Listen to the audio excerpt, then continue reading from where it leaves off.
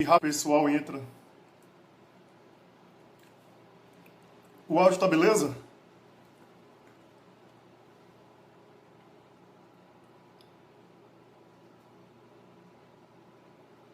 Só compartilhar aqui no Face, aí a gente começa.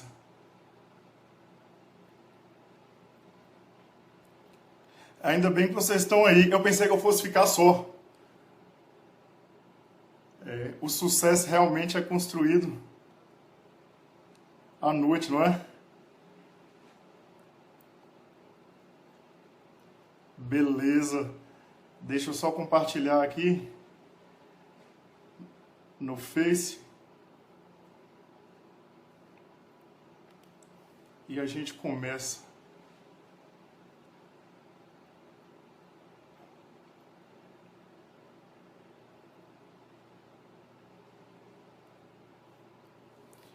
E aí, pessoal, no Facebook?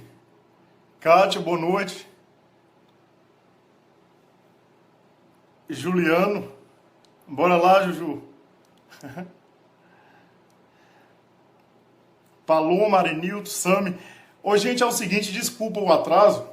Eu tinha marcado pra gente fazer a live hoje, 11 horas, e eu já tô devendo essa live há um tempão. Principalmente pro pessoal de processo 1. Amém. Amém, Frei. Brigadão, tá? Principalmente pro pessoal de processo 1. E acabou que eu tive um imprevisto às 11 horas. Só tô podendo começar agora. Que bom que você está aí. Eu pensei que eu fosse ficar só. E o nosso tema, minha gente, é prisão. Tá? Vou tentar fazer um apanhado geral aqui acerca das prisões, tanto a prisão-pena, aquela decorrente da sentença condenatória transitada em julgado, como também em relação às prisões que não têm relação com pena. Não é isso? Prisão civil, prisão administrativa, prisão provisória, que precisamos fundamentar aí a necessidade por ser antes de uma decisão transitada em julgado. Isso, Sami. Processo 1 aí. Só vou esperar o pessoal entrar pra gente dar início. Romário, boa noite. Rita. Ô, pessoal, eu tô no Facebook e no Instagram. Aí eu tô com duas câmeras. Tá? Essa diferença aí que vai dar no foco é por conta das duas conexões. Vasconcelos, boa noite. Giovanni, o forró. Então, Giovanni, eu esqueci do forró. O Hélia, boa noite. Hoje tá tendo forró da FG. Eu esqueci quando eu marquei. E sexta-feira, meia-noite. É sacanagem, né? Mas vamos lá. Só os fortes sobrevivem. André, boa noite, André. Ulisses, boa noite. Vamos lá, minha gente, vamos chegando. Boa noite, Kátia. É isso aí, tamo junto. Kaique, Gilson. Vamos lá, vamos entrando. Começar nossa live sobre prisão. Ô, pessoal, o nosso amigo Pompilho, ele tinha dado a sugestão de eu quebrar interromper as lives de modo que fique salvo os vídeos menores. Hoje eu não vou conseguir fazer isso porque minha conexão está bem ruim, mas a ideia é bem interessante e nos próximos eu vou tentar organizar essa situação. Tranquilo? Miqueias, Aline, Thalita. Vamos lá, minha gente. Vamos entrando. Então, Gilson, boa noite.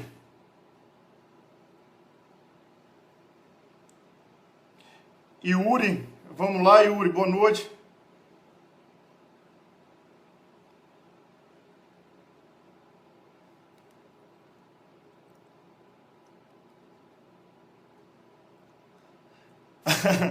Embora, Vasconcelos. Fique aqui com a gente. Fique aqui com a gente. Então vamos lá, já dá pra gente começar.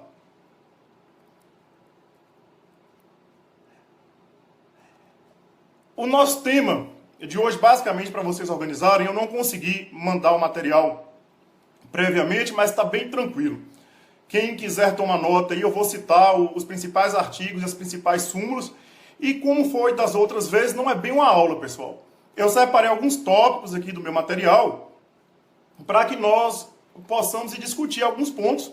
E que bom que vocês estão aqui, porque a gente pode conseguir fazer esse bate-papo. Vamos organizar da seguinte maneira. A noção geral de prisão, aí a gente trabalha a prisão penal, aquela prisão decorrente de uma sentença penal condenatória, transitada em julgado, que na verdade é o cumprimento de pena, e as prisões que não têm vinculação com a pena, seja a prisão civil, a prisão administrativa, a prisão militar, e o que nos interessa, o nosso principal ponto, as prisões cautelares e as medidas cautelares diversas da prisão. Como os exemplos das prisões cautelares, nós temos a prisão preventiva, a prisão temporária e o flagrante. Boa noite, Rita. Depois aí que eu passar rapidamente pelas prisões, a gente finaliza com liberdade provisória, o relaxamento e a revogação da prisão. Tranquilo? Aí vocês ficam comigo, tá? A gente vai precisar do foco de vocês. Eu tô com meu café. Meu café já tá aqui tranquilamente. E vocês não me deixem só, não. Vamos lá, então. Pessoal, a noção geral de prisão é a restrição da liberdade da pessoa humana com o consequente recolhimento ao cárcere.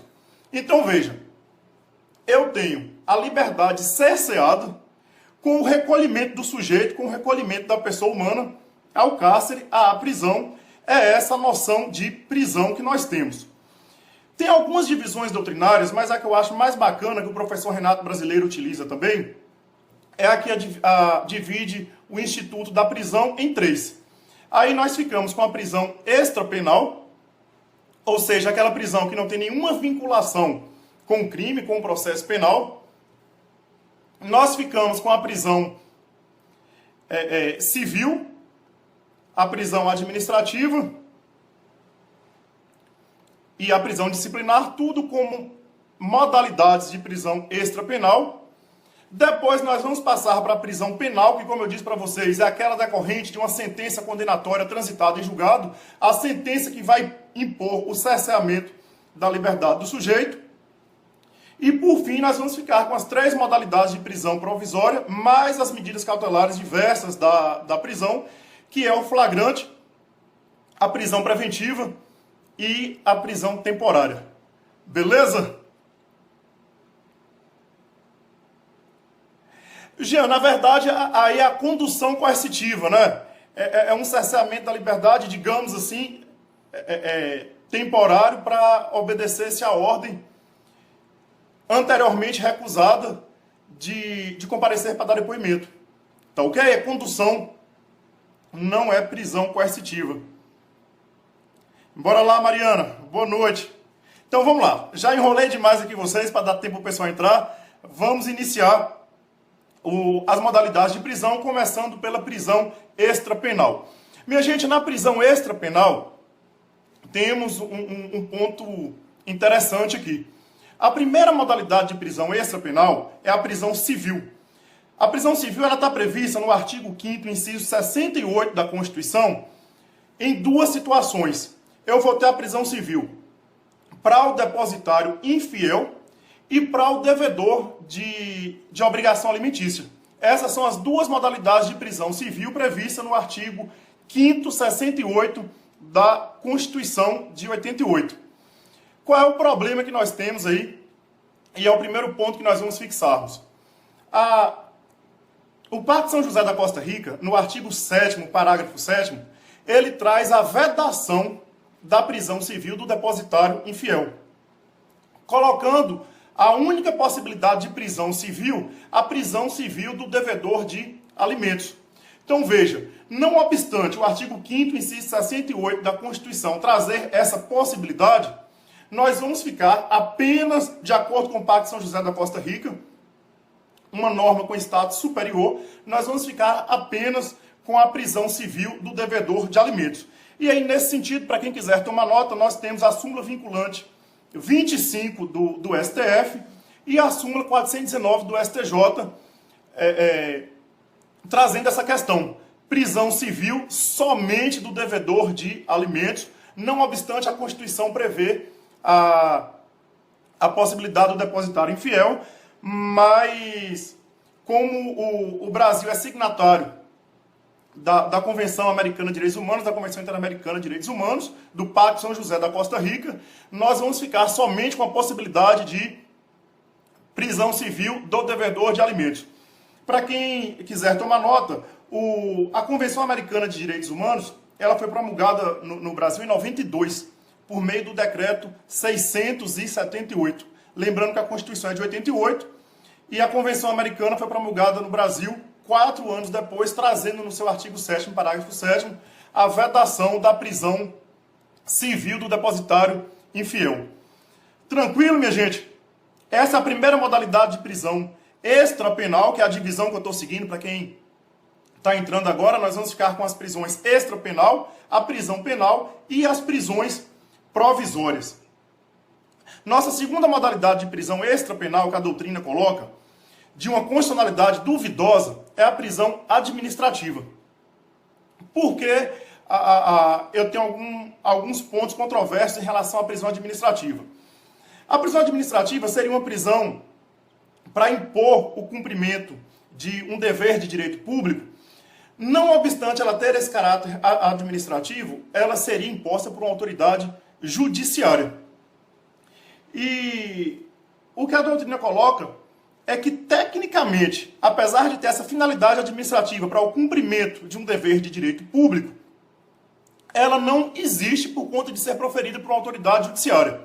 E, ademais, pessoal, os artigos 319 e 320 do Código de Processo Penal, que falava acerca da prisão administrativa, com o advento da Lei 2.403 de 2011, que altera o Código de Processo Penal, elas deixam de existir expressamente. Por que eu estou falando da prisão administrativa, já que eu estou ponderando que é de constitucionalidade duvidosa e quem aplica, não obstante a natureza administrativa, é o Poder Judiciário? Eu estou falando pelo seguinte, que o artigo 136, é esse o ponto importante, o artigo 136, parágrafo 3º, inciso 1 da Constituição, ele prevê a possibilidade de uma prisão decretada por uma autoridade não judiciária durante o estado de defesa. Então, só cuidado com essa observação. A possibilidade de uma autoridade não judiciária, durante o estado de defesa, administrativa. Tranquilo? As prisões aí por extradição, expulsão, deportação, que já se discutiu ser modalidades de prisão administrativa, todas hoje devem ser decretadas pelo Poder Judiciário. Beleza? Expulsão e extradição, o STF, e a deportação nós sabemos que ela é de competência de um juiz criminal. E aí, Vasconcelos, vamos lá, espero. E aí, Marcelo, tranquilo? Deixa eu tomar um café aqui. Enquanto o pessoal restabelece a conexão. A conexão caiu aqui. O áudio tá bacana aí, pessoal? Vamos lá então. Boa noite, Wendel. Outra modalidade que se discutia de prisão administrativa era a prisão do falido. Com a nova lei de falência, a prisão do falido passa a ser uma espécie de prisão preventiva, decretada por um juízo com competência criminal. Também não se discute mais essa questão da prisão do falido como prisão administrativa. Eu quero que vocês tenham como ponto importante aí a possibilidade, no estado de defesa, uma autoridade não judiciária decretar a prisão. Beleza? Então vamos lá, organizando. Eu estou tratando as prisões extrapenais, falamos da prisão civil, destacando a possibilidade apenas para o devedor de alimentos, obrigação alimentícia. Falei da prisão administrativa, ressaltando aí a hipótese da prisão decretada por uma autoridade não judiciária durante o estado de defesa. E agora nós vamos para a prisão disciplinar, também como modalidade de prisão extrapenal, que eu tenho aqui a prisão militar. Ô pessoal, a prisão disciplinar, a prisão militar, ela é aquela prisão decretada por uma autoridade militar. E essa prisão, ela visa ela visa preservar alguns princípios que são essenciais à organização das forças militares, que é a hierarquia e a disciplina. Então veja, diante de violações de condutas éticas, da hierarquia, da disciplina, de preceitos militares, é possível que uma autoridade militar decrete essa prisão disciplinar, que é a prisão militar. Tranquilo? Eu vou ter a prisão militar, pessoal, em duas hipóteses. Transgressão militar e o crime propriamente militar. Na transgressão militar é justamente o dever de conduta, o dever de lealdade, de ética com o serviço. Por exemplo, o militar que chega embriagado no serviço ou que dorme no serviço. Então, tem as possibilidades de transgressão militar. Na aula de habeas corpus, tá a live salva no Facebook, nós comentamos que na hipótese de transgressão militar não cabe habeas corpus para discutir o mérito. Então, eu não vou discutir diante de uma prisão disciplinar por transgressão militar, dessa prisão militar, se a prisão é justa ou injusta por meio de habeas corpus. A própria Constituição faz essa ressalva. Agora o seguinte, é tranquilamente aceito que, não obstante não seja possível habeas corpus para discutir o mérito da prisão militar, discutir se ela é justa ou se ela é injusta, é possível discutir por meio de habeas corpus algum vício de formalidade, como por exemplo previsão legal e autoridade competente. Tranquilo, pessoal? Vamos seguir aqui nossas observações. Em relação para o pessoal que está tomando nota, a possibilidade de habeas corpus para discutir vícios de forma, nós temos aqui o habeas corpus julgado pelo STJ 129.466. Tranquilo? Já a prisão por crime propriamente militar, também uma modalidade de prisão disciplinar, deferida e decretada por uma autoridade militar, ela se assemelha muito com a prisão em flagrante. Porque, veja, não precisa de autorização judicial, a autoridade militar vai decretar a prisão diante da ocorrência de um crime propriamente militar, aqueles crimes previstos no Código Penal Militar, fazendo a posterior comunicação. Nessa hipótese aí do crime propriamente militar, é possível o habeas corpus. Tá ok, pessoal? Habeas corpus não vai ser possível, aí a galera do Instagram, em relação à punição por transgressão militar, e o habeas corpus não é possível para discutir o mérito. Pode discutir, sim, vício de forma como previsão legal e autoridade competente. Tranquilo? Então, passada aí essa noção preliminar, agora a gente passa a estudar a prisão penal e depois as modalidades de prisão provisória. A regra é a liberdade. A gente cansa de estudar que a regra é que o sujeito seja considerado, o status dele é de liberdade durante todo o processo penal, e ele só vai ter o status de condenado a partir de uma decisão condenatória transitada em julgado. Daí porque eu só posso falar em prisão penal quando eu tiver uma sentença penal condenatória transitada em julgado. Tranquilo?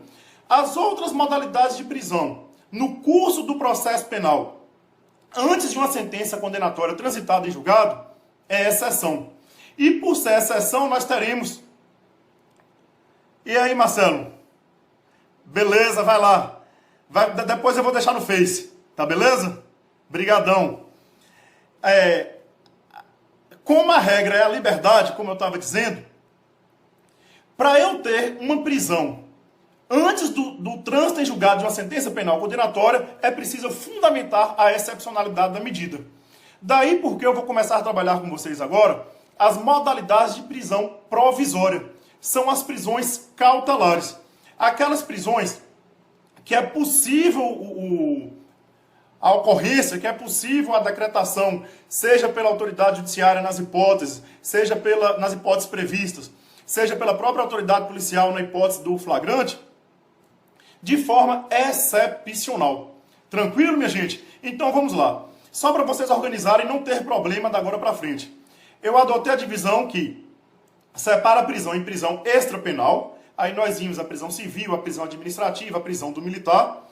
A prisão penal, que é a regra, o sujeito só ficar preso depois de uma sentença penal condenatória transitada em julgado, que impõe como pena a restrição da liberdade. E, excepcionalmente, nós vamos começar a trabalhar agora com as modalidades de prisão provisória, prisão cautelar.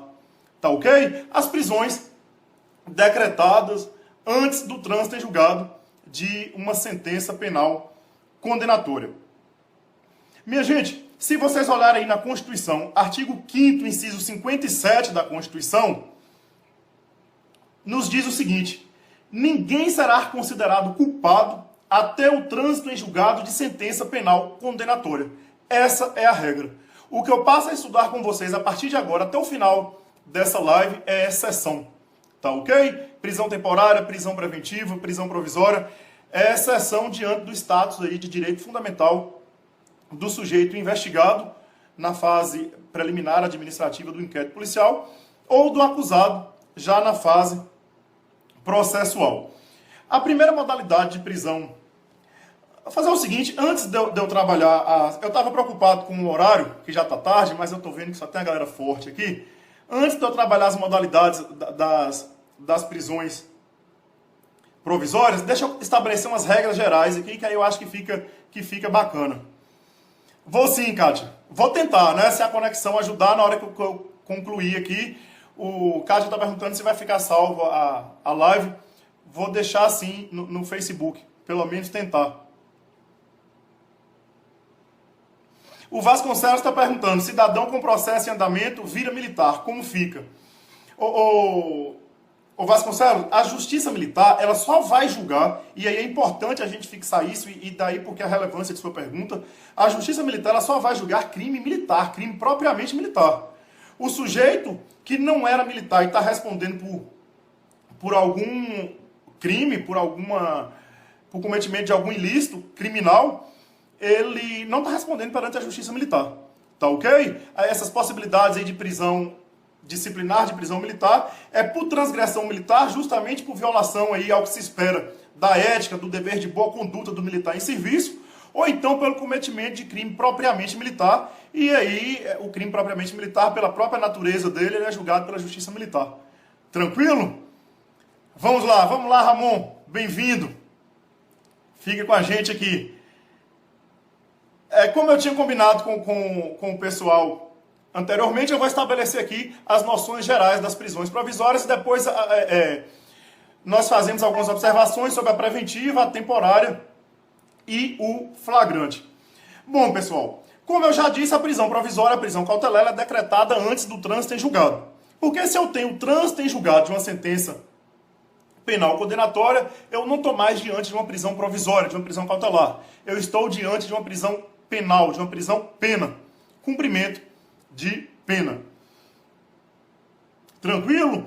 E o que eu acho interessante aqui nesse ponto, pessoal, da prisão provisória, com as reformas que o nosso processo penal, que o Código de Processo Penal sofreu ao longo dos últimos anos, é a possibilidade, vindo atender o anseio de toda a comunidade jurídica, a possibilidade que eu tenho agora de ter outras medidas cautelares, outras medidas provisórias alternativas à prisão.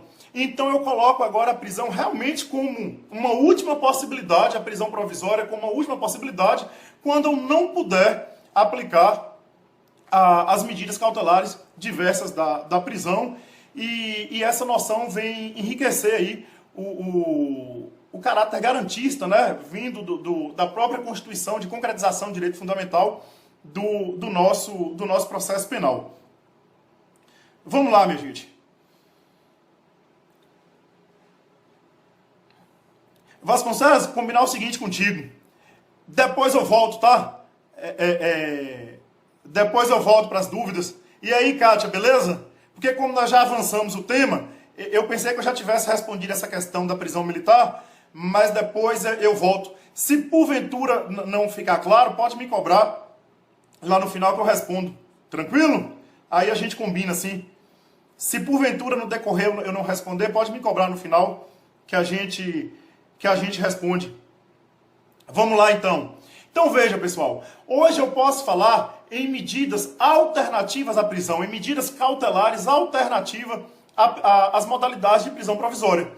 E eu posso organizar essas medidas cautelares do processo penal em algumas classificações que eu acho que, se estabelecermos essas classificações, fica bacana, fica claro o nosso estudo.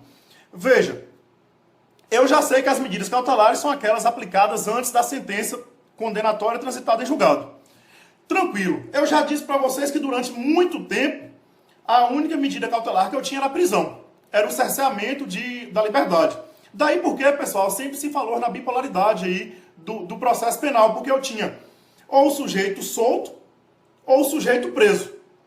Agora eu tenho meio termo. Agora eu tenho outras medidas alternativas à prisão que não necessariamente o recolhimento do sujeito ao cárcere de forma provisória. E aí, Glaucia, boa noite. Fique aqui com a gente, tá? Seja bem-vinda. Então vamos lá. Em relação a essa classificação das medidas cautelares no processo penal, nós podemos colocar as medidas cautelares de natureza patrimonial. Veja, que eu vou resguardar a eficácia do processo, a eficácia da investigação, não com a privação da liberdade do sujeito, como tradicionalmente era feito. É possível fazer esse acautelamento para garantir a eficácia do meu procedimento através de uma medida patrimonial, que nós colocamos aqui nessa primeira divisão, medida cautelar de natureza patrimonial, que vai ser pautada na reparação do dano ou no perdimento de bens como efeito de uma eventual condenação. Tranquilo? Aí nós temos os exemplos do sequestro, do arresto, a inscrição de hipoteca legal. Veja que eu vou atingir o patrimônio do sujeito como medida cautelar para eu garantir a eficácia do nosso processo ou do nosso procedimento. Olha que bacana, sem precisar restringir a liberdade, eu passo a ter essas outras possibilidades. Além das medidas de natureza patrimonial, galera, eu tenho as medidas cautelares de natureza probatória, que visa proteger a produção da prova. Como exemplo que eu separei para vocês aqui, a possibilidade de prova antecipada, lá no artigo 225 do Código de Processo Penal, depois vocês dêem uma olhadinha. A possibilidade do acusado citado por edital, que não comparece nem constitui advogado, dessa prova ser feita de forma prévia, conforme o artigo 386 do Código de Processo Penal e o artigo 19A da Lei 9.807 de 99, são medidas cautelares que visam resguardar a produção de prova, visa garantir essa eficácia em relação à produção de prova. Então veja, somente depois que eu falo das medidas de natureza, não tem ordem não, tá pessoal? É só uma ordem didática aqui para a gente dividir mas o estudo. Mas veja que eu tenho as possibilidades de medida cautelar patrimonial, medida cautelar probatória, e agora sim eu vou falar em medida cautelar de natureza pessoal, que é aquela que repercute na pessoa do acusado. Vai repercutir na esfera pessoal do acusado. E mesmo nas medidas pessoais, nas medidas cautelares de natureza pessoal, eu não tenho somente a prisão. Eu tenho a prisão e outras medidas cautelares também de natureza pessoal, diversas da prisão, que vocês vão dar uma olhada aí nos artigos 319 e 320 do Código de Processo Penal. Então veja que bacana. Atualmente eu tenho outras possibilidades para resguardar a eficácia do processo, para garantir a aplicação da lei penal, para garantir a conveniência da instrução, sem a bipolaridade que era a restrição da liberdade ou a liberdade provisória. Eu tenho outras modalidades que o sujeito vai ter limitação de direito, sem que seja limitação de direito da liberdade de locomoção. Tô claro, minha gente? O ritmo tá beleza aí? Tá tranquilo? Então vamos lá. No Código de Processo Civil, pessoal, lá no Processo Civil, o artigo 297 do novo Código de Processo Civil traz o poder geral de cautela do magistrado. Ou seja, a possibilidade de prever medidas cautelares que não estão expressamente previstas na lei, mas que no caso concreto ela vai se mostrar apta, vai se mostrar condizente a garantir a eficácia da medida que se quer. No processo penal, eu não tenho essa possibilidade expressa como eu tenho no processo civil. E aí parte da doutrina fala, se eu garantir esse poder geral de cautela do magistrado no processo penal, eu estaria violando o princípio da legalidade. Existe esse entendimento. Só que a jurisprudência, a doutrina majoritária, inclusive o próprio STF, admite o poder geral de cautela no processo penal. E aí, diante do caso concreto, se aquelas medidas previstas no Código de Processo Penal como medidas alternativas à prisão, ou seja, outras medidas cautelares diversas da prisão não forem suficientes, o juiz, no caso concreto, ele pode aplicar essa medida com base no poder geral de cautela. Tá ok? Em relação ao STF, que eu disse que admite o poder geral de cautela no processo penal, nós temos o habeas corpus número 94.147. Tranquilo? E aí, Igão, beleza? Seja bem-vindo. Fica com a gente aqui, tá? O negócio tá feio por conta do horário, mas nós vamos até 2 horas da manhã. Vamos lá. Isso aí. Então veja, minha gente. Olha que bacana. Eu estou falando da prisão provisória, das modalidades de prisão provisória, que nós vamos estudar ainda especificamente. Eu já disse para vocês que a regra não é essa. A regra é o cumprimento de pena de uma decisão condenatória transitado em julgado. Só que nós estamos aqui com um leque de possibilidades alternativas à prisão, à restrição da liberdade, com base em outras medidas cautelares que não seja a prisão. E o procedimento para aplicação dessas medidas cautelares de natureza pessoal, que pode ser a prisão ou outras medidas previstas lá nos artigos 319 e 320, ou até outras que não estejam expressamente previstas para quem admite, como o STF, o poder geral de cautela do magistrado, no processo penal, nós temos aqui as seguintes possibilidades. A primeira, a aplicação isolada ou cumulativa das cautelares diversas da prisão. Ou seja, o magistrado ele pode aplicar essas medidas de natureza pessoal, essas medidas cautelares de natureza pessoal, isoladamente, como por exemplo, ele coloca o recolhimento domiciliar no período noturno de forma isolada, ou cumulativamente com outra. Ele pode colocar o recolhimento domiciliar noturno, mais o monitoramento eletrônico, como por exemplo a tornozeleira. Então veja que aí nós temos a possibilidade, além de eu aplicar uma medida alternativa à prisão, uma medida cautelar que não seja a prisão, de eu aplicá-la isoladamente ou cumulativa com outra medida cautelar. Vamos lá então, galera. A competência para a decretação das medidas cautelares. Quem pode decretar as medidas cautelares? Minha gente, salvo a situação específica do flagrante que eu vou discutir daqui a pouco com vocês, as medidas cautelares de natureza pessoal, inclusive as prisões temporárias, a prisão preventiva, elas estão sujeitas à reserva de jurisdição.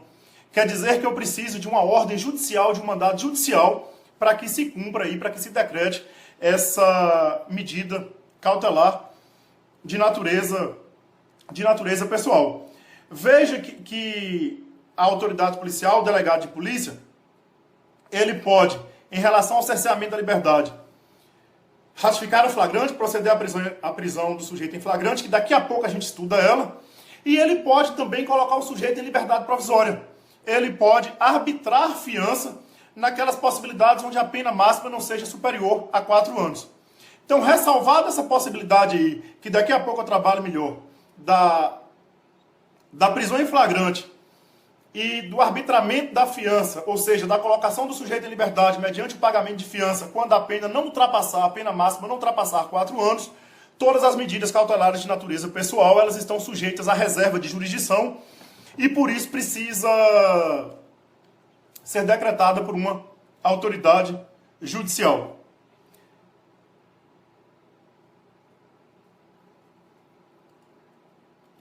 E aí, Jânia, beleza? Brigadão. Vocês têm que preparar essa despedida. Bora lá. Prestar atenção, seguir o fluxo. Então veja, pessoal.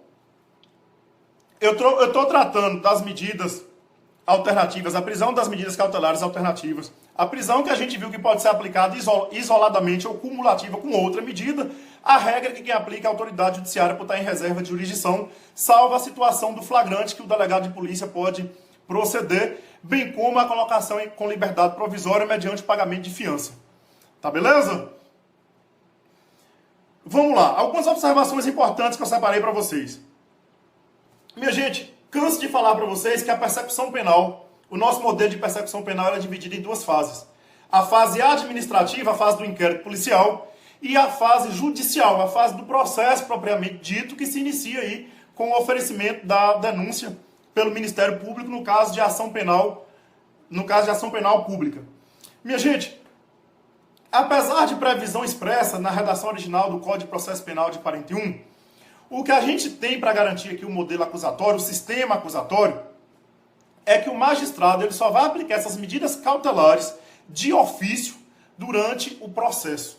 Tá ok? O magistrado ele não vai poder intervir na fase investigatória sem ser provocado.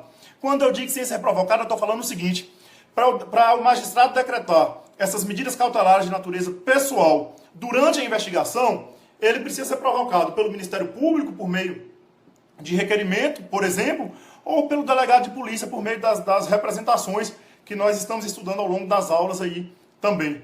Tá ok?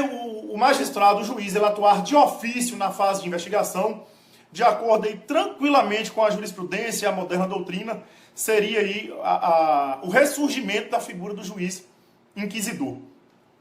Tá ok? Então vamos lá. Ainda em relação ao procedimento para a aplicação dessas medidas cautelares, eu quero trabalhar com vocês a legitimidade para requerer a decretação das medidas cautelares.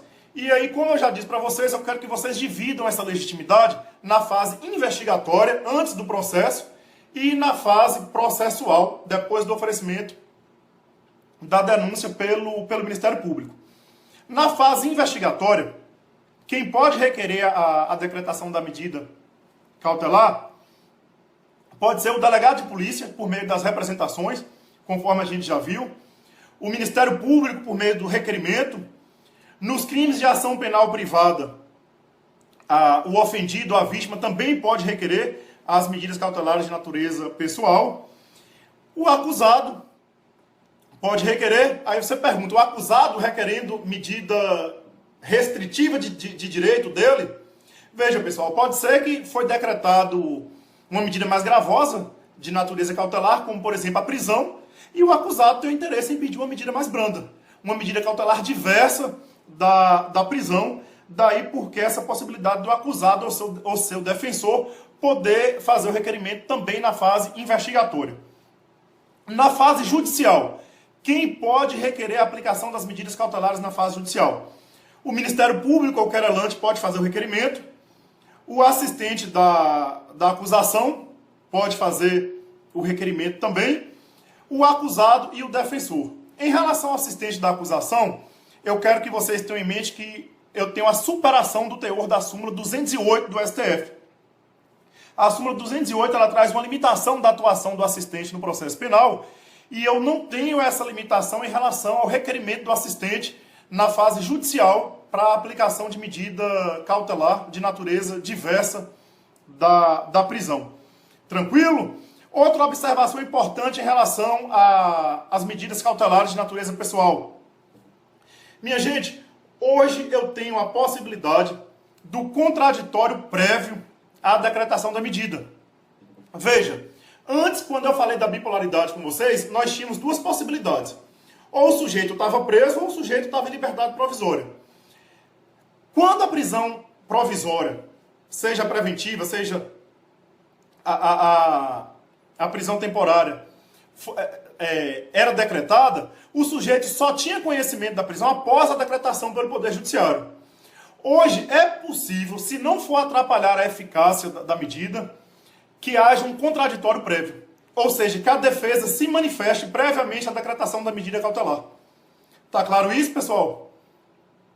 Tranquilo? A defesa podendo se manifestar previamente à decretação da medida cautelar. É claro, minha gente, que quando for possível, tá? Quando o interesse pela preservação da prova, pela conveniência da instrução, para garantir a investigação, ou a ordem pública precisar que essa medida seja decretada com urgência, sem um contraditório, aí eu não vou ter o contraditório prévio. É uma possibilidade que a lei tarde existir esse contraditório quando assim for possível. Tá ok? Por fim, o descumprimento injustificado dessas cautelares diversas da prisão permite aí a substituição da medida por outra mais gravosa, a acumulação da medida com outra, que nós já vimos que é possível tanto essa aplicação isolada quanto a aplicação cumulativa, ou até, aí em último caso, a decretação da prisão preventiva. E a doutrina e jurisprudência é tranquila em falar que, quando for necessária a decretação da prisão preventiva para garantir o cumprimento da medida cautelar que não foi cumprida, aí não precisa observar os requisitos do artigo 313 do Código de Processo Penal. Beleza, minha gente? Vamos lá. Eu tô feliz que vocês estão aqui, porque eu, sinceramente, só essa observação, 00:42, pro pessoal que estava no início, eu disse que eu ia fazer essa aula de qualquer jeito, ainda que fosse de madrugada, porque eu estava devendo há um tempão ao pessoal de Processo Penal 1. E quando eu deixei para fazer esse horário, eu pensei que eu ia ficar só aqui, que eu ia só salvar depois. Mas que bom que vocês estão aqui. Vamos lá. Ô, minha gente, em relação a... Voltando. A aplicação dessas medidas cautelares de natureza pessoal, seja a prisão, seja outra medida cautelar, eu quero que vocês não se esqueçam do princípio da fundamentação, da obrigatoriedade da fundamentação. A medida cautelar que não for devidamente fundamentada, ela é ilegal. E por que é importante eu falar isso aqui agora? Porque se a medida cautelar for a prisão, e essa prisão não for fundamentada, como por exemplo a prisão preventiva, lá no artigo 312 do Código de Processo Penal, essa prisão ela é ilegal e cabe o relaxamento. Algumas observações aqui. Prisão por força de lei, prisão ex lege. São hipóteses, minha gente, onde tomar uma água aqui. Meu café esfriou. Agora que eu tô vendo que tinha café pra gente aqui. A prisão ex lege, a prisão por força de lei, são hipóteses onde o legislador ele veda a liberdade provisória. O legislador proíbe a concessão de liberdade provisória. Ou seja, o sujeito preso em flagrante, ele obrigatoriamente tem que ficar todo o processo preso, porque a liberdade provisória não é possível. Daqui a pouco eu falo melhor sobre isso, mas só para que vocês entendam, a lei de drogas, na sua redação originária, ela previa essa prisão. O sujeito preso em flagrante, ele obrigatoriamente tinha que ficar preso durante todo o processo, a não ser se houvesse uma ilegalidade, aí, claro, coubesse um relaxamento, mas se a prisão fosse legal, não cabia a liberdade provisória. A lei veda expressamente. O que a gente tem hoje, tranquilamente, o STF, com vários julgamentos aí de inconstitucionalidade, como a própria lei de drogas, é que o juiz que deve decidir se o sujeito fica preso ou não. O legislador ele não pode, em abstrato, prever a obrigatoriedade do sujeito ficar preso provisoriamente. Tá tranquilo? Então veja, apesar de eu ter algumas previsões legais da prisão por força de lei, da prisão ex lege, daquelas possibilidades onde o legislador proíbe a concessão de liberdade provisória, o que eu tenho hoje tranquilamente é que apenas a autoridade judiciária pode decretar as prisões provisórias e o seu relaxamento ou liberdade provisória ou revogação. Lembrando que o delegado pode a prisão em flagrante. Tá ok? O legislador não pode fazer essa previsão em abstrato. Pessoal, além dessas medidas cautelares típicas, ou seja, quando eu digo típica, eu digo que ela está prevista na lei, está expressamente prevista na lei. Né? Daí porque é importante a gente lembrar do poder geral de cautela, que vai permitir o juiz aplicar medida cautelar que não esteja expressamente prevista em lei. Quando eu digo dessas medidas cautelares típicas, que a gente está estudando aqui artigo 319, 320, a prisão, as medidas alternativas à prisão, eu estou nas medidas cautelares previstas no Código de Processo Penal. Só que é possível ter outras medidas cautelares previstas em legislação extravagante, em legislação especial. Ou seja, fora do Código de Processo Penal, como, por exemplo, as medidas protetivas de urgência e da Lei Maria da Penha, que traz as medidas que obrigam ao agressor, depois vocês dão uma olhadinha na Lei 11.340, as medidas que obrigam ao agressor, por exemplo, afastamento do lar, tudo lá no artigo 22 da Lei 11.340, as medidas protetivas de urgência em relação ao ofendido, artigo 23, enfim. Eu tenho também a suspensão da carteira de habilitação no artigo 294 do Código de Trânsito Brasileiro. Ou seja, medidas cautelares que visam o quê? Quando eu digo medida cautelar, visa garantir a eficácia do processo, visa garantir que o sujeito não vai tumultuar o processo, atrapalhar a investigação. Eu posso ter essas medidas típicas, porque previstas em lei, fora do Código de Processo Penal. Daí porque nós vamos chamar de medidas típicas previstas em lei especial, em legislação extravagante. Tranquilo? Outra observação que eu coloquei aqui para a gente não esquecer, mas já falei, a medida cautelar atípica, não prevista em lei, é possível para a maioria, aí, o próprio STF permite, com base no Poder Geral de Cautela, fazendo uma analogia com o artigo 297 do Código de Processo Civil, que permite expressamente lá no processo civil. Mariana, no final eu respondo, tá ok? Como quebra a continuidade do tema, essa questão do crime permanente e a prisão em flagrante. Faz o seguinte, quando eu falar de prisão em flagrante, eu te respondo. Quando eu falar de prisão em flagrante, se eu esquecer, você me cobra. É só ficar comigo aqui. Beleza? Então vamos lá, tranquilo. Gente, é muito massa isso aqui, né? Essa interação. Ela já me respondeu beleza aqui. Acho fantástico. Vamos lá, Fábio. Boa noite. Agora, olha, eu tenho alguns pressupostos para a decretação dessas medidas cautelares. E os dois pressupostos básicos que a gente trabalha aqui é o fumus commissi delicti, que se trata da existência do crime e de indícios suficientes de autoria, ou seja, eu tenho certeza que o crime aconteceu e eu tenho fortes indícios que aquele sujeito é o autor do crime. Porque, veja, se eu não tiver esses indícios, eu não posso restringir direitos pessoais do sujeito. Então é possível aí, tanto na preventiva quanto nas demais medidas diversas da prisão, eu ter a certeza do crime e indícios suficientes de que aquele sujeito que eu estou pedindo a restrição do direito dele seja o suspeito do crime. Tá ok? Não preciso ter certeza de autoria. Tá? Eu preciso da certeza da materialidade e fortes indícios da autoria. E o periculum libertatis, pessoal. O periculum libertatis é o seguinte. Eu disse para vocês, quando nós trabalhamos a prisão-pena, que a regra é o sujeito responder o processo em liberdade. Ele só vai ficar preso em decorrência de uma sentença condenatória transitada em julgado. Só que o periculum libertatis, ele vem dizer exatamente que é possível que o sujeito, durante o processo ou durante a investigação, ele tenha condutas que atrapalhem o Estado.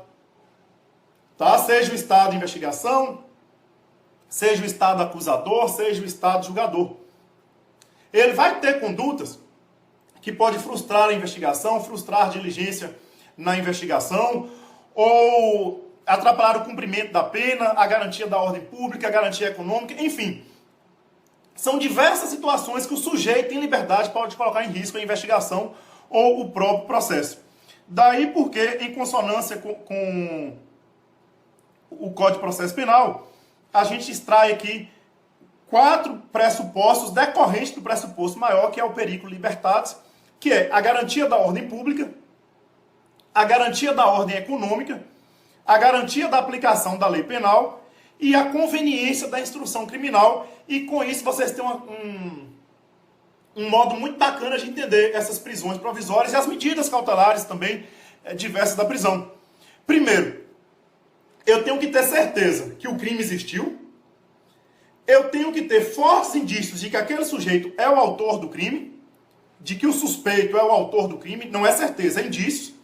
E além disso, eu preciso demonstrar que o sujeito em liberdade, é claro, que eu estou falando das prisões, mas também das medidas alternativas à prisão, eu preciso demonstrar que o sujeito em liberdade, ele atrapalha a garantia da ordem pública, atrapalha a garantia da ordem econômica, atrapalha a garantia da aplicação da lei penal ou a conveniência da instrução criminal. O sujeito está destruindo prova, o sujeito está se furtando a cumprir diligências que ele deveria fazer. Claro que aí a gente precisa ponderar quanto ao direito dele não produzir prova contra si mesmo, mas o sujeito está em comportamento que pode frustrar a própria aplicação da lei penal, e daí porque eu vou ter a possibilidade das medidas cautelares de natureza pessoal, inclusive as prisões. Tá ok?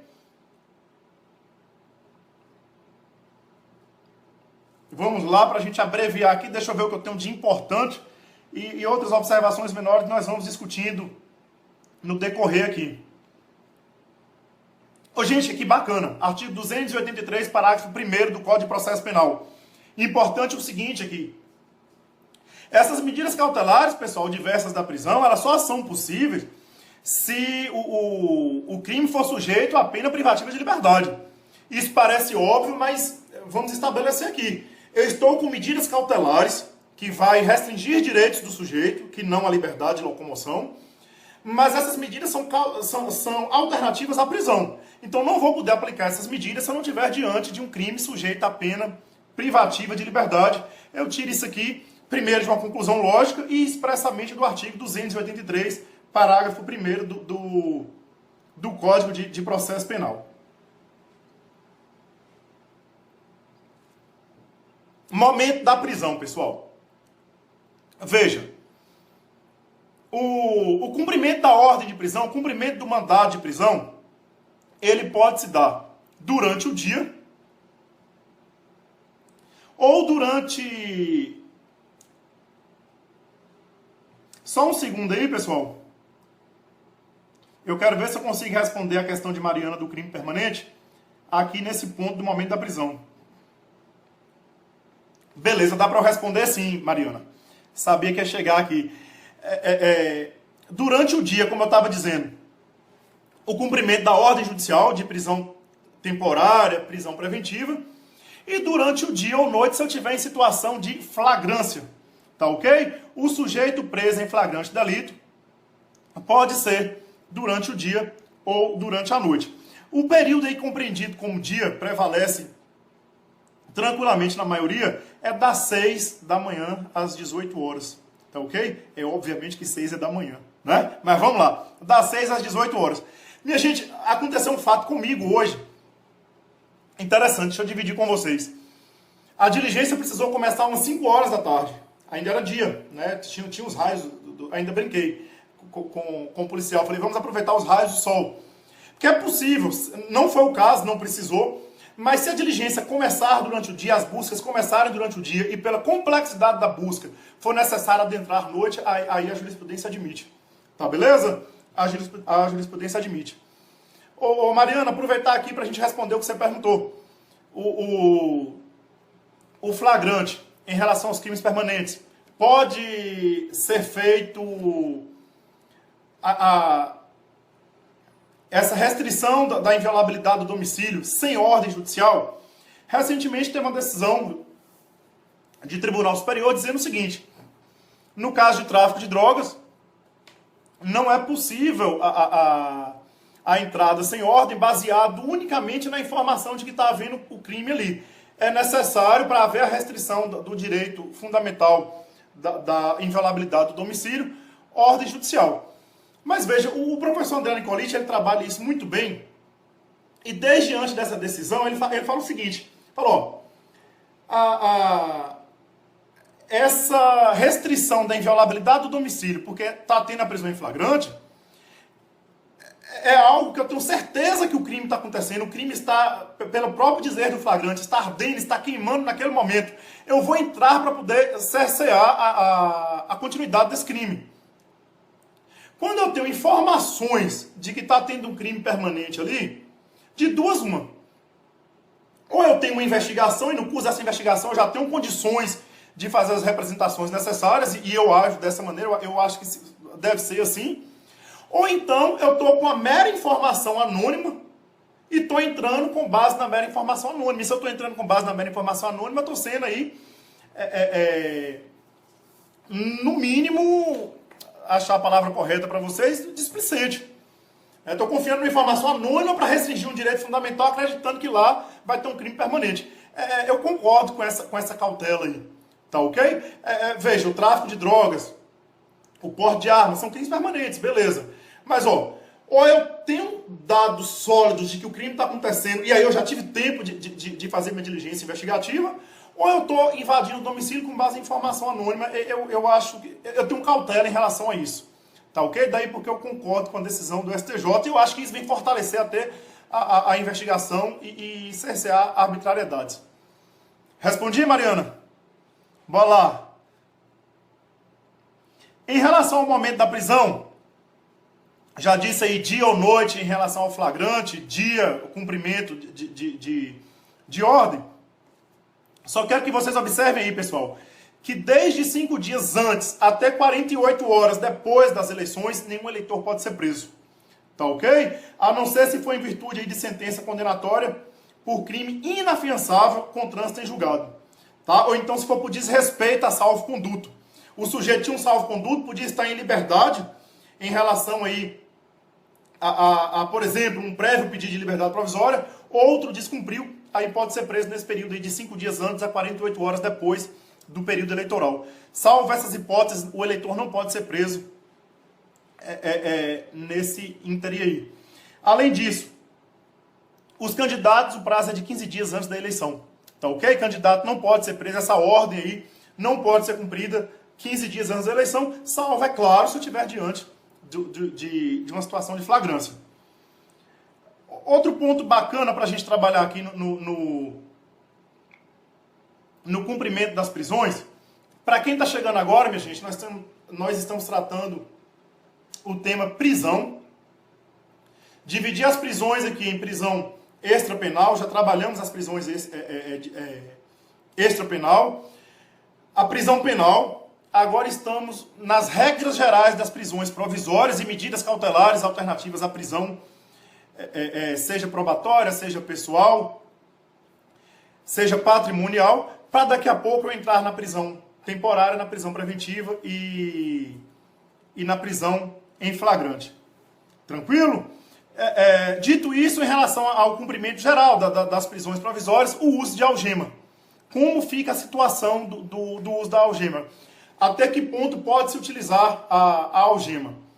Minha gente, tranquilamente. Primeiro, para impedir ou prevenir a fuga do preso. Tá? Se eu tiver numa situação onde o preso ele está ameaçando fugir, para impedir ou para prevenir essa fuga, pode-se utilizar a algema, ou então para evitar a agressão do preso contra si próprio. Já tive caso de precisar algemar o preso porque ele estava numa situação de se agredir, então aí é permitido. Ou agredir o policial, ou agredir terceiro. Nessas hipóteses onde o preso ameaça agredir terceiros ou a si próprio, é possível o uso da algema. E a gente precisa lembrar aqui de uma alteração recente, uma inovação legislativa, na verdade, que é a Lei 8.858 de 2016, ano passado, que no artigo 3º veda o emprego de algema. Eu vou ler para vocês aqui, a vedação do emprego de algemas em mulheres grávidas. Olha aqui que interessante.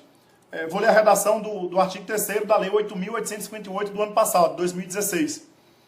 É vedado o emprego de algema em mulheres presas em qualquer unidade do sistema penitenciário nacional durante o trabalho de parto, no trajeto da parturiente entre a unidade prisional e a unidade hospitalar, e após o parto, durante o período em que se encontrar hospitalizada. Tá ok? Ô, minha gente, a conexão do Instagram caiu aqui. Deixa eu só voltar para o pessoal que estava acompanhando entrar e a gente continua. Conta um caso aí, enquanto volta. Tô com cara de doido, né, gente? Mas amanhã é dia de tomar uma cerveja para recuperar essa cara de doido. Essa espinha aí é sinônimo da adolescência. Tá? A juventude traz dessas coisas. O pessoal do Instagram, a conexão caiu. Estou esperando vocês voltarem, tá? Pra gente dar para a gente dar continuidade. Então vamos lá. A algema, o uso excepcional, não é isso? Evitar ou prevenir a fuga do preso, ou então quando o preso ameaçar aí a integridade física de si próprio, do policial, de terceiro, tendo cuidado aí em relação à mulher, a gestante especificamente. Em relação ao emprego de força no cumprimento dos mandados de prisões aí, artigo 284 do CPP, tá? Cuidado com o artigo 284 do CPP, que diz o seguinte: não será permitido o emprego de força, salvo a indispensável no caso de resistência ou de tentativa de fuga do preso. Então, olha, o ordenamento jurídico brasileiro, ele permite a força para cumprir a prisão se houver resistência. Tá ok? Se houver resistência ou se houver tentativa de fuga por parte do preso. A regra também é que não haja o uso da força, o emprego da força, de acordo com o artigo 284 do Código de Processo Penal, para o cumprimento das prisões. Tema interessante também, minha gente. A pergunta da Thaís aqui, interessante, eu vou fazer agora. Em várias audiências que ela foi, ela está falando que o preso usava algema. Quem tem legitimidade para tirar é o juiz. O juiz ele é o presidente da audiência. A autoridade que conduz a audiência é o magistrado. E se não houver ali ameaça de que vai haver violação à integridade de terceiro, do próprio preso, ou se o preso não estiver ameaçando fugir, a regra do Código de Processo Penal é que ele fique sem algemas. Respondi, Thaís? A regra é não utilizar algemas, salvo nessas situações. Pessoal, prisão especial, artigo 295. Em relação a todas essas modalidades de prisões provisórias, tá ok? Prisão em flagrante, prisão temporária, prisão preventiva, que eu vou trabalhar com vocês. O artigo 295, ele traz algumas autoridades que devem ser recolhidas em sala de Estado Maior, ou seja, em uma sala das Forças Armadas, separados aí de outros presos, sem grade, numa sala com essa condição para receber, ou então em uma outra repartição que não seja considerada prisão. O artigo 295, depois vocês dão uma olhada aí, ele traz essa possibilidade de prisão especial. Bem como sujeitos que têm direito à prisão especial. Lembrando que a prisão especial, salvo em relação aos sujeitos que trabalham na administração da justiça criminal, com o trânsito em julgado da decisão condenatória, ela cessa. Tá ok? O sujeito vai cumprir a pena em igualdade dos demais, após o trânsito em julgado. Em relação aos sujeitos que trabalham aí na administração da justiça criminal, como por exemplo eu, a prisão especial ela continua após a decisão condenatória. Tranquilo? A súmula 717 do STF, o preso que está em cumprimento aí dessa ordem judicial, na prisão especial, numa sala de Estado Maior, numa repartição adequada, esse período conta para a progressão de regime. Tá ok? Esse período conta para a progressão de regime, tranquilamente. Os presos provisórios, que nós vamos trabalhar aqui, eles devem ficar... estamos no deve, tá, pessoal? Infelizmente, a gente está no deve. No artigo 300 do CPP, deve ficar separado do preso definitivo, regra aí até de cumprimento de pena. Os presos definitivos devem ficar separados dos presos provisórios. E se na localidade, em relação à prisão especial, não houver sala de Estado Maior ou uma localidade, uma repartição adequada, o sujeito deve ficar em regime domiciliar, preso em regime domiciliar. Tá? Isso aí é tranquilo, não há como efetivar a prisão especial preso em regime domiciliar. O advogado tem regra própria, Estatuto da OAB, artigo 7º, inciso 5 do Estatuto da OAB. Tem só uma declaração de inconstitucionalidade específica no Estatuto da OAB. Isso aí cai sempre em prova da OAB, tá, pessoal? Pelo menos na minha época, era todo ano que o Estatuto fala que a OAB tem que reconhecer essa repartição como condigna, né? Recebeu o advogado, o STF considerou essa parte como inconstitucional. Tranquilo, minha gente? Agora eu vou começar a trabalhar com vocês as espécies específicas de prisão, tá? Então eu vou começar agora a falar as espécies específicas das prisões provisórias, seja flagrante, temporária, preventiva. Lembrando que eu já dou um apanhado geral aqui, tanto das prisões provisórias quanto das medidas alternativas à prisão provisória, os artigos 319 e 320 do CPP. Eu vou cortar esse vídeo, vocês não me deixem só aqui não, eu vou cortar esse vídeo e voltar outro já começando a prisão em flagrante, tá ok? Para acatar a sugestão do pessoal aí, e eu acho que vai ficar bacana de organizar depois.